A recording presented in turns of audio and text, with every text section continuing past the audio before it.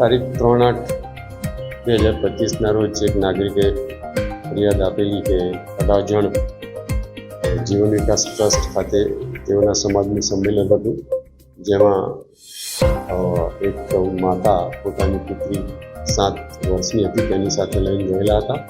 બાળકો રમતા હતા તે દરમિયાન ત્યાં જિગ્નેશ ચંદીભાઈ રાઠોડ નામનો યુવક ત્યાં પહોંચી ગયો હતો અને એ બાળકીને તું અહીંયા છુપાઈ જા અને કોઈ શોધી નહીં શકશે એમ કહી નજીક ખેંચી ગઈ.